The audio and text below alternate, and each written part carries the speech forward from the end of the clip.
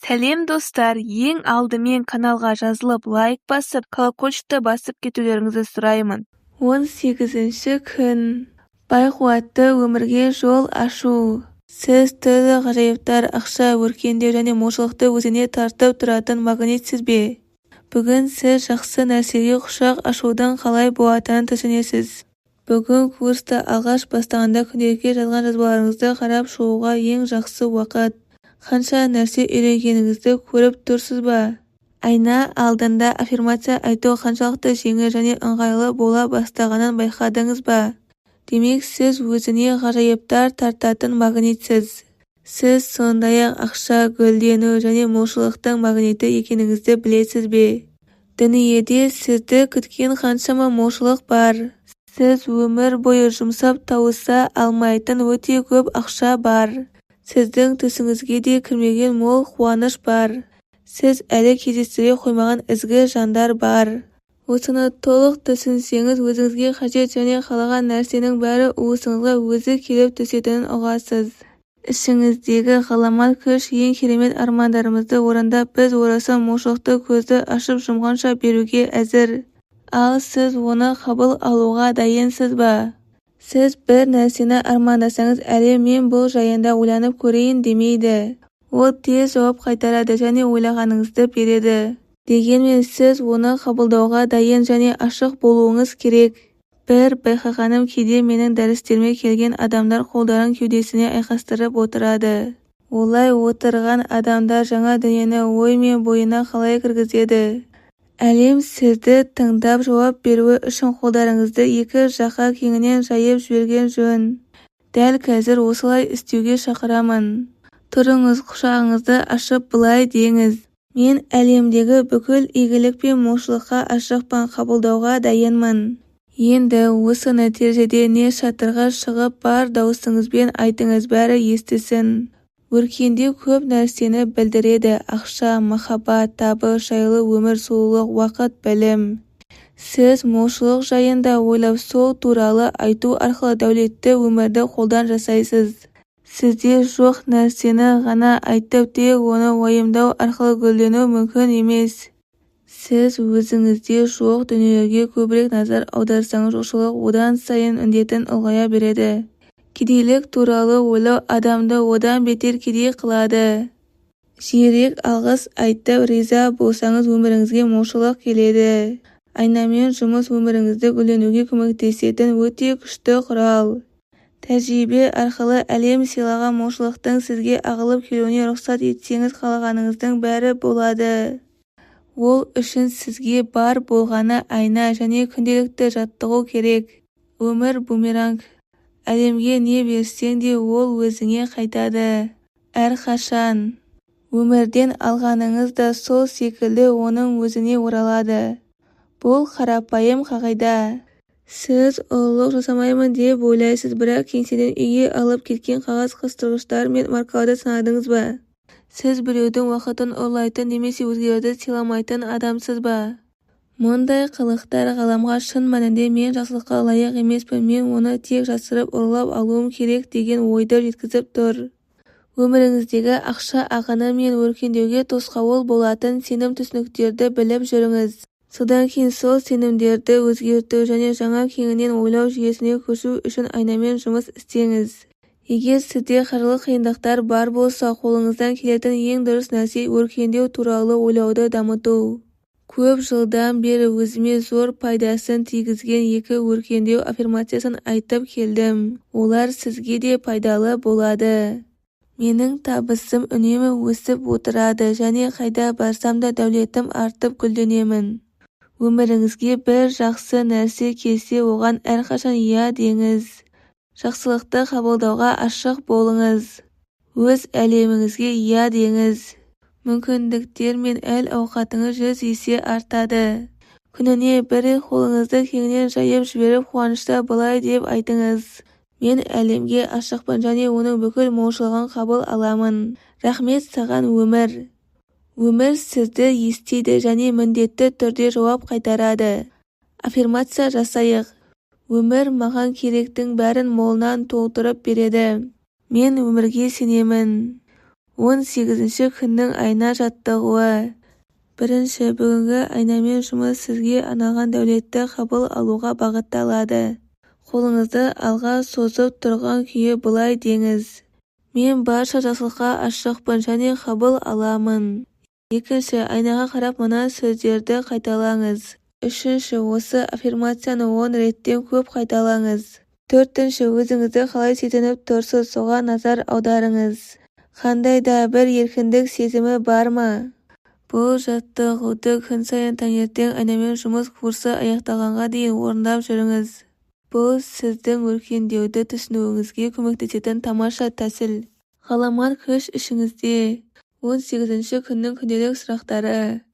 Бірінші, ақшаға деген қарым-қатынасыңыз қандай?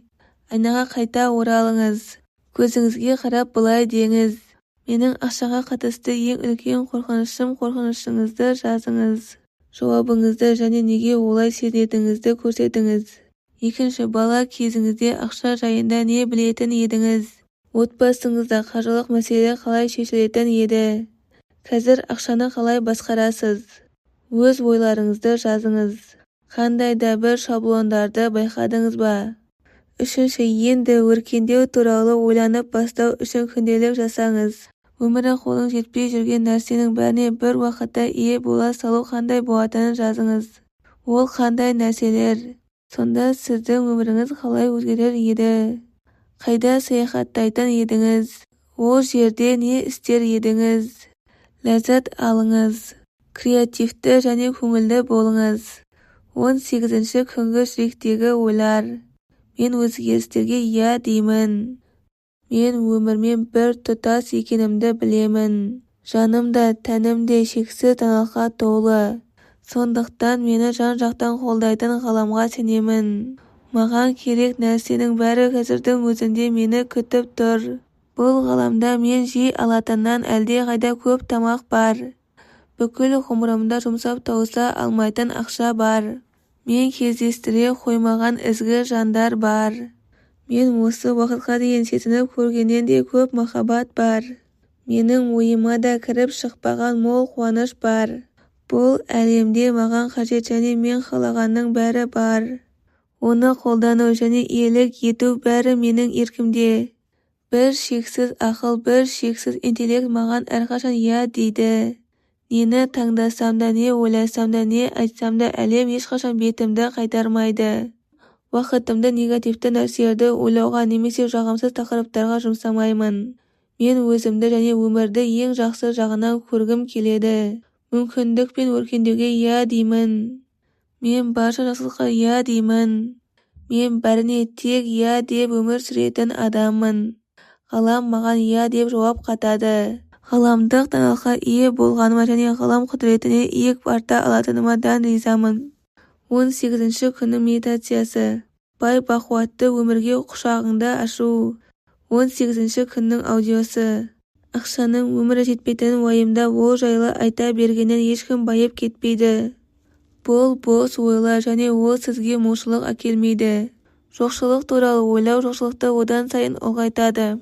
Кедейлік туралы ойлаған сайын одан бетер кедейлене бересің. Ал алғыс айту молшылыққа апарады. Байлық берекені қол жетпейтін жерде сақтауға кепілдік беретін бірнеше көзқарас пен аффирмация бар. Ақшасы көп болғаны үшін басқа адамдарға ренжу сіз бен сіздің ақша ағынаңыздың арасына тосқауыл қояды. Ақша ешқашан жетпейді және ақша келмей жатып кетеді деген теріс аффирмациялар кедейліктің ең сойлы түрін ойлауды білдіреді. Өзіңіз және өмір туралы не нәрсеге сенесіз, әлем соған тек қана жауап қайтарады. Ақшаға қатысты кез келген жағымсыз ойларды зертте одан кейін олар сізге бұған дейін де пайдасын тигізген емес, келешекте де көмектесе қоймайды. Көңіл көтеру үшін кездейсоқ лотерея билетін сатып ала аласыз, бірақ одан мол ақша ұтып алсам ол менің мәселемді шешіп берсе деп армандап әуре болмаңыз. Бұл тапшылықты ойлау, ол өмірлік байлыққа апармайды. Лотереядан ақша ұту кім-кімнің болмасын өміріне оң өзгеріс әкеле бермейді.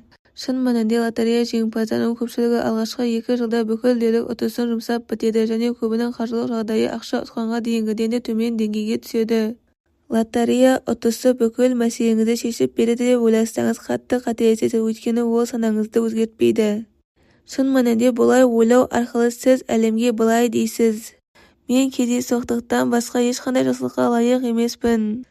Егер ойлау жүйеңізді өзгертіп, әлемдегі бүкіл молшылық сіздің тәжірибеңіз арқылы өтуіне мүмкіндік берсеңіз, лотереяның сізге әкелетін бар жақсылығын иелене аласыз. Тіпті оны сақтап қаласыз, өйткені бәрі де сана құқығымен сіздікі болады. Аффирмация айту, жариялау, лайық болу және рұқсат ету лотереядан ұтып алғаныңыздан әлдеқайда көп байлықты өзіңе тарту қадамдары. Ой-санаңызды ақша туралы жаңа идеяларға ашыңыз, сонда ақша сізге өзі тартылады. Өміріңізге көбірек ақша мен гүлдену әкелгіңіз келсе, мына аффирмацияларды шын көңілмен айта жүріңіз. Мен ақша тартатын магнитпін. Неше түрлі байлық, береке маған қарай тартылады. Жұмыстағы басшыларым менің қабілеттерімді жоғары бағалайды және өте жақсы еңбекақы төлейді. Мен сүйіспеншілікке толы, бай қуатты үйлесімді ғаламда өмір сүремін және дән ризамын. Мен барлық жерде бар шексіз гүлденуге ашықпын. Тартымдылық заңы өміріме тек жақсылық әкеледі. Кедейлік туралы ойлаудың орнына өркендеу жайында ойланамын және бұл өзгеріс менің қаражатымнан көрінеді. Жақсылық маған барлық жерден келеді. Өмірімдегі барша жақсылық үшін алғыс айтам. Әр күн керемет жаңа тылсынси әкеледі. Есеп шотымды сүйіспеншілікпен төлеймін және әр шекті жазғанда қуанамын. Молшылық мен арқылы емін еркін өтіп жатыр.